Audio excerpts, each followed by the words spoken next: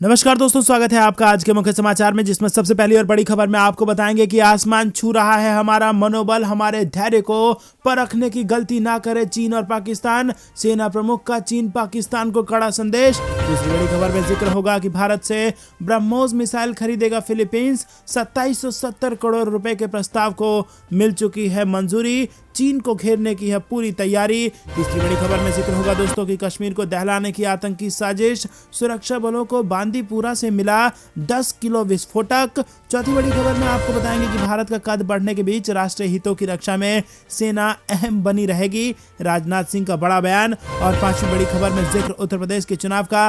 भाजपा उम्मीदवारों की पहली सूची पर जेपी नड्डा ने किया दावा, प्रचंड बहुमत के साथ बनेगी भारतीय जनता पार्टी की सरकार। दोस्तों, हर एक खबर की गहराई में आपको ले जाएंगे, लेकिन उससे पहले अगर आपको भी देश की सेना और पीएम मोदी पर पूरा भरोसा है और अगर आप भी ऐसा मानते हैं कि मोदी है तो हर जीत मुमकिन है और उत्तर प्रदेश में बन रही है भाजपा सरकार, तो फटाफट वीडियो को लाइक करके अपना समर्थन हम तक पहुंचाइए। 3000 लाइक के टारगेट को पूरा कराइए दोस्तों।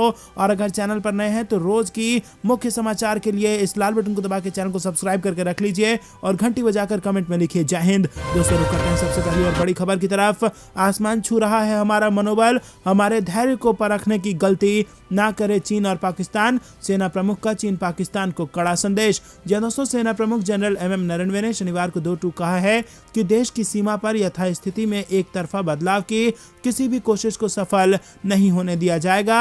और उनका निशाना साफ तौर पर चीन की ओर था, जिसके साथ बीते करीब 1.5 साल से भी अधिक समय से पूर्वी लद्दाख में वास्तविक नियंत्रण रेखा पर तनाव की स्थिति बनी हुई है।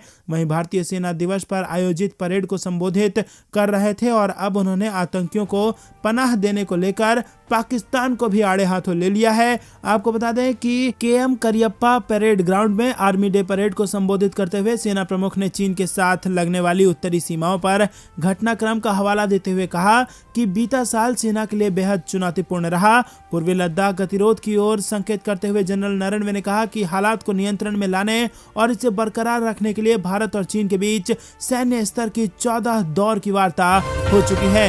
दोस्तों, रुक करते हैं अगली बड़ी खबर की तरफ। चीन को घेरने की पूरी तैयारी। भारत से ब्रह्मोस मिसाइल खरीदेगा फिलीपींस और 2770 करोड़ रुपए के प्रस्ताव को मिल चुकी है मंजूरी। जी हां दोस्तों, भारत ने चीन को घेरने के लिए बड़ा प्लान तैयार किया है और देश ने सबसे तेज supersonic antiship cruise missile BrahMos का जाल बिछाना शुरू कर दिया है। इसके लिए भारत ने ड्रैगन के दुश्मन देश फिलीपींस को ब्रह्मोस का निर्यात करने के लिए 37.5 करोड़ डॉलर का सौदा किया है।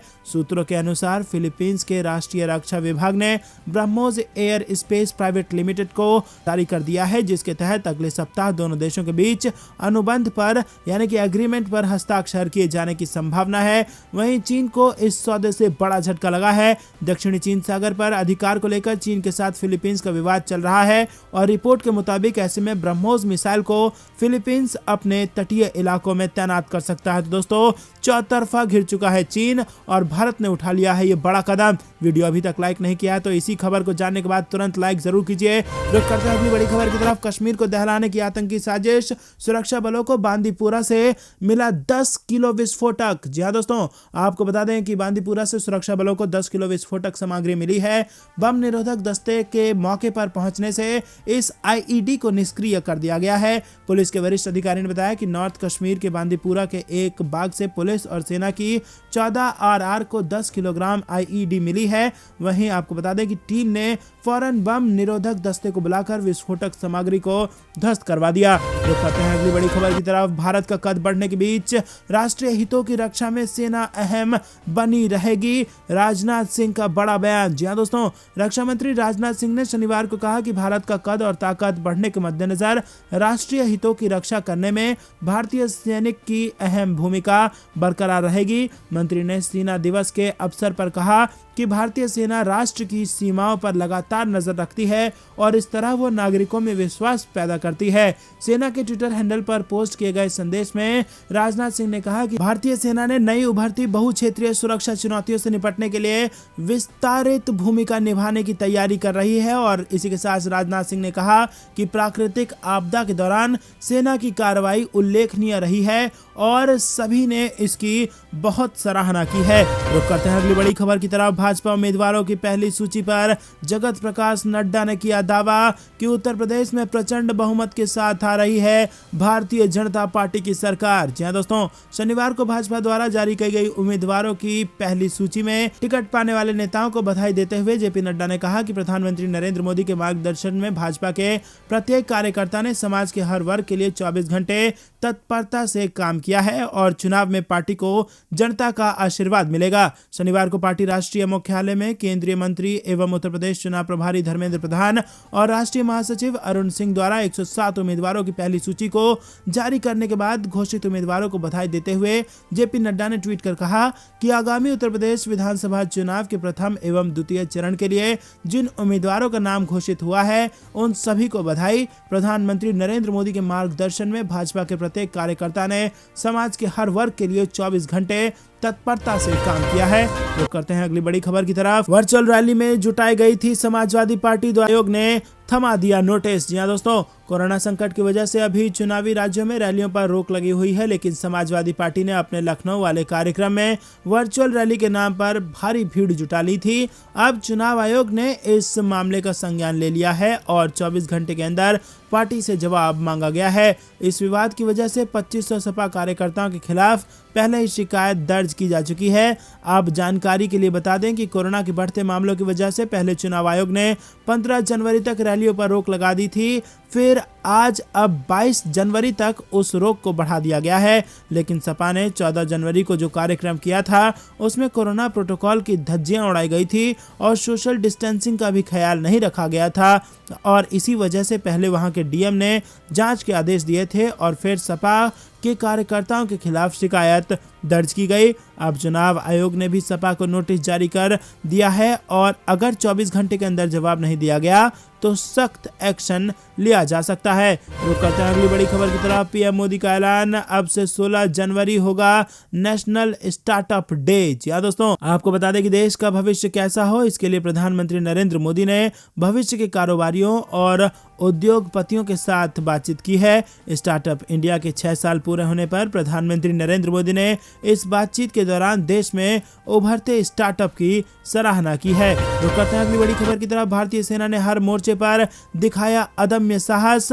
आगरा कॉलेज की एनसीसी आर्मी विंग की ओर से आर्मी दिवस पर वेबिनार आयोजित किया गया और इसमें वक्ताओं ने भारतीय सेना के साहस, पराक्रम और शौर्य की प्रशंसा की। कंपनी कमांडर अमित अग्रवाल ने कहा कि भारतीय सेना ने देश की सुरक्षा के लिए हजारों जवानों का बलिदान दिया है और सेना देश की आंतरिक व बाह्य सुरक्षा के लिए सदैव मुस्तैद रहती है। जो करते हैं अगली बड़ी खबर की तरफ, जिसमें आपको बता दें कि आर्मी डे पर सेना को मिली डिजिटल पैटर्न वाली लड़ाकू वर्दी। जी हां दोस्तों, सेना दिवस पर भारतीय सैनिकों को नई डिजिटल पैटर्न वाली लड़ाकू वर्दी मिल गई है। भारतीय सेना ने शनिवार को अपने सैनिकों के लिए नई वर्दी का अनावरण किया जो हल्की और पर्यावरण के अनुकूल है।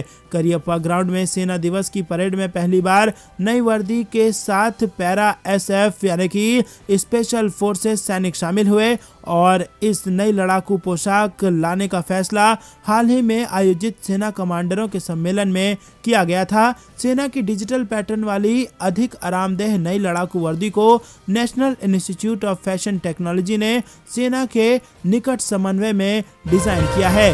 रुक करते हैं अगली बड़ी खबर की तरफ।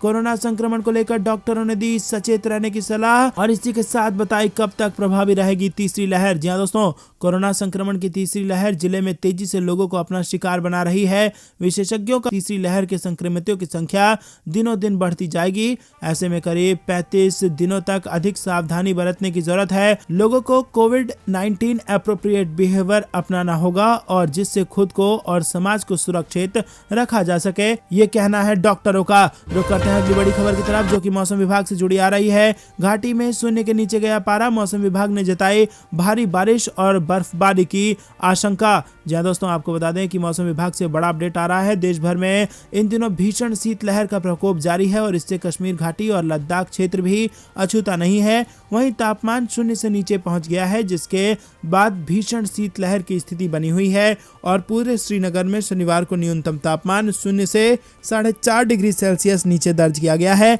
जबकि द्रास को कश्मीर का सबसे ठंडा क्षेत्र रिकॉर्ड किया गया है, जहां पारा 0 से 27 डिग्री सेल्सियस नीचे चला गया है। तो करते हैं अगली बड़ी खबर। सेना दिवस पर पीएम मोदी ने बहादुर जवानों को किया सलाम। देश याद कर रहा है वीरों की कुर्बानी। जी हाँ दोस्तों, देश में हर साल 15 जनवरी का दिन बेहद खास होता है और जहां एक तरफ देश के कई हिस्सों में मकर संक्रांति का पर्व मनाया जाता है, तो वहीं भारतीय सेना के लिहाज से भी आज का दिन वीर और शौर्यता के लिहाज से बेहद खास माना जाता है। देश की सेना आज अपना 74वां सेना दिवस मना रही है। साल 1949 को इसी दिन फील्ड मार्शल के.एम. करियप्पा ने जनरल बुचर से भारतीय सेना की कमान ली थी और तब से लेकर अब तक इसे आर्मी डे के रूप में मनाया जाता है। के.एम. करियप्पा भारत आर्मी के पहले कमांडर इन चीफ थे और इस खास दिन पर पीएम मोदी से लेकर गृह मंत्री अमित शाह और बीजेपी के राष्ट्रीय अध्यक्ष जेपी नड्डा तक ने सेना के शौर्य और पराक्रम को याद किया है। पीएम मोदी ने सभी भारतीय जवानों को बधाई देते हुए ट्वीट किया और पीएम मोदी ने लिखा कि हमारे वीर जवान,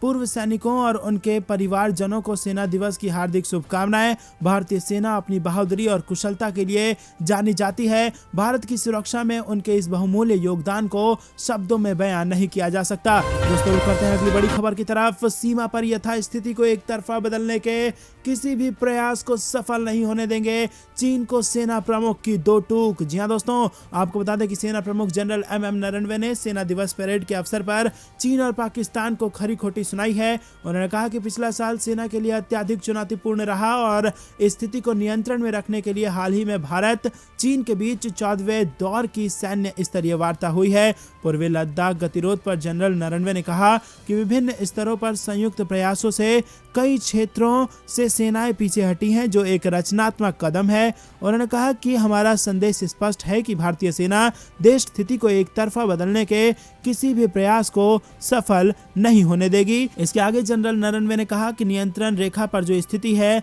वो पिछले साल से बेहतर है, लेकिन पाकिस्तान अब भी आतंकवादियों को पनाह मुहैया करा रहा है। रुक करते हैं अगली बड़ी खबर की तरफ। भारत सेना ने चीन को दिया मुंहतोड़ जवाब, तो पाकिस्तान को सता रहा है सर्जिकल स्ट्राइक का डर। जी हां दोस्तों, भारतीय सेना के साथ साथ देश के लोग 74वां स्थापना दिवस आज मना रहे हैं। और दोस्तों, भारतीय सेना दिवस के दिन चीन और पाकिस्तान की बात ना हो, ये तो हो नहीं सकता। गलवान घाटी में चीनी सेना को हमारी भारतीय सेना ने मुंहतोड़ जवाब दिया था, वहीं पाकिस्तान को सर्जिकल स्ट्राइक का डर भी सता रहा है। भारतीय सेना ने सर्जिकल स्ट्राइक करके पाकिस्तान समर्थित आतंकी अड्डों को तबाह कर दिया था और ऐसा उरी में हुए आतंकी हमले के बाद किया गया था। आपको बता दें कि लद्दाख की गलवान घाटी एक बार फिर से सुर्खियों में आ गई है। पिछले दिनों चीन ने गलवान में अपना झंडा फहराने का दावा करने वाले वीडियो जारी करके नया बखेड़ा खड़ा कर दिया था और इसके बाद भारतीय सेना ने गलवान में तिरंगा फहराने का वीडियो जारी किया और चीन को जोरदार तमाचा मारा। न्यू ईयर पर भारतीय जवान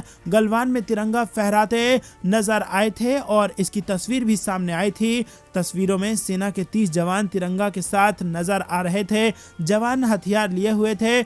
एक तिरंगा भारतीय चौकी पर लहराता नजर आया, जबकि दूसरा तिरंगा जवानों के हाथों में था। इधर पाकिस्तानी मीडिया का दावा है कि भारत अपने आंतरिक मुद्दों से ध्यान भटकाने के लिए पाकिस्तान के खिलाफ कोई कार्रवाई करने का काम कर सकता है। हालांकि भारत की सेना ने पाकिस्तान में चल रही इन खबरों का खंडन करते हुए इसे केवल एक प्रोपोगेंडा करार दिया है। तो करते हैं अगली बड़ी खबर की तरफ। देश में 24 घंटे के अंदर 2,68,000 नए मामले। जी हां दोस्तों, भारत में पिछले 24 घंटे में कोरोना के 2,68,833 नए केस मिले हैं, जो कल की तुलना में 4,631 ज्यादा हैं। नए मरीजों के मिलने के बाद देश में कोरोना के एक्टिव मरीजों की संख्या बढ़कर 14,17,820 हो गई है। पिछले 24 घंटे में सक्रिय मामलों में 1,45,747 की वृद्धि हुई है। वहीं पिछले 24 घंटे में 1,22,684 मरीज ठीक भी हो गए हैं। कोरोना की पॉजिटिविटी रेट 16.66% तक पहुंच गई है। ओमिक्रॉन के 6,000 से ज्यादा मरीज मिले हैं और देश के विभिन्न राज्यों में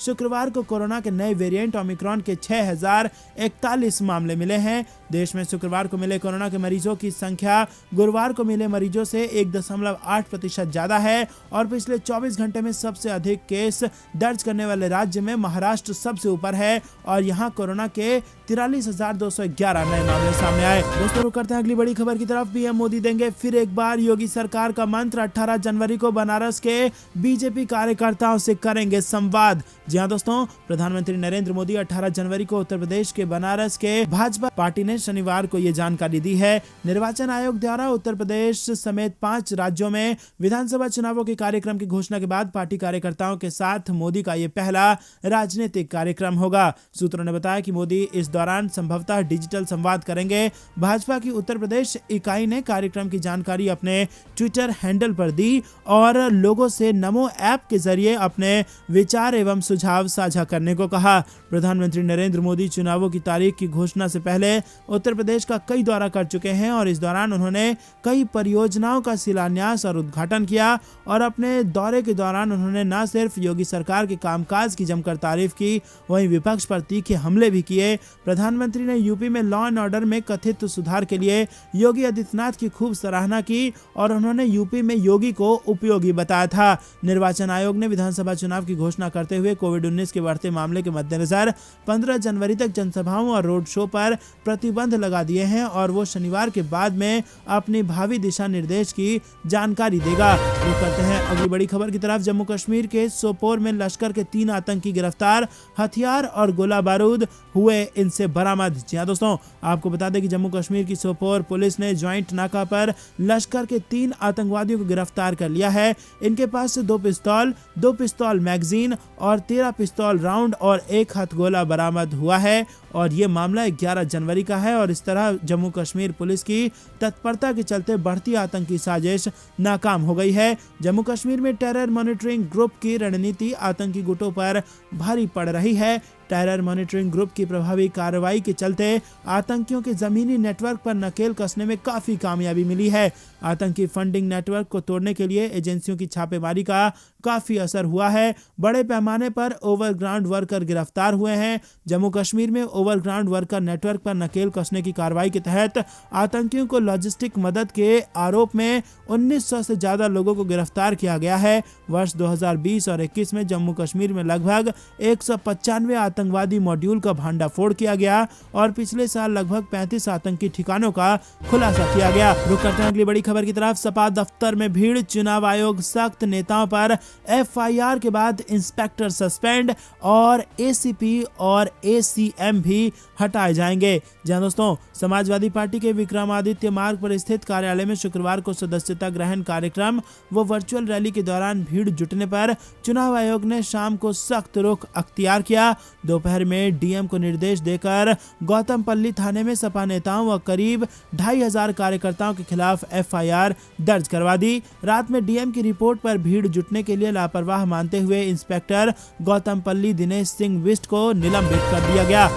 अयोध्या नहीं, गोरखपुर शहर से चुनाव लड़ेंगे मुख्यमंत्री योगी और सिराथू से केशव पर लगेगी बीजेपी की मुहर। जी हाँ दोस्तों, आपको बता दें कि पार्टी द्वारा जारी सूची में राज्य के मुख्यमंत्री योगी आदित्यनाथ और राज्य के डिप्टी सीएम केशव प्रसाद मौर्य का भी नाम शामिल है और पार्टी ने मुख्यमंत्री योगी आदित्यनाथ को गोरखपुर शहर सीट से उतारा है, जबकि डिप्टी सीएम केशव प्रसाद मौर्य को प्रयागराज की सिराथू सीट से टिकट दी है। हालांकि पहले से ये चर्चा थी कि पार्टी योगी आदित्यनाथ को अयोध्या से उतार सकती है। वहीं आपको बता दें कि अब अयोध्या नहीं, गोरखपुर से योगी आदित्यनाथ लड़ेंगे चुनाव। दोस्तों रुक करते हैं अगली बड़ी खबर की तरफ। आरएसएस की मुस्लिम शाखा भाजपा के लिए मांगेगी वोट, कहा बीजेपी राज्य में मुसलमान सबसे खुश और सुरक्षित, चुनाव वाले राज्यों में बांटेंगे निवेदन पत्र। जी हाँ दोस्तों, आपको बता दें कि ये बेहद बड़ी खबर निकल के आ रही है। आरएसएस की मुस्लिम शाखा मुस्लिम राष्ट्रीय मंच ने 5 राज्यों में होने जा रहे विधानसभा चुनाव में अल्पसंख्यक समुदाय से भाजपा को वोट देने की शुक्रवार को अपील करते हुए कहा कि भाजपा शासन में मुसलमान सबसे सुरक्षित और खुश हैं,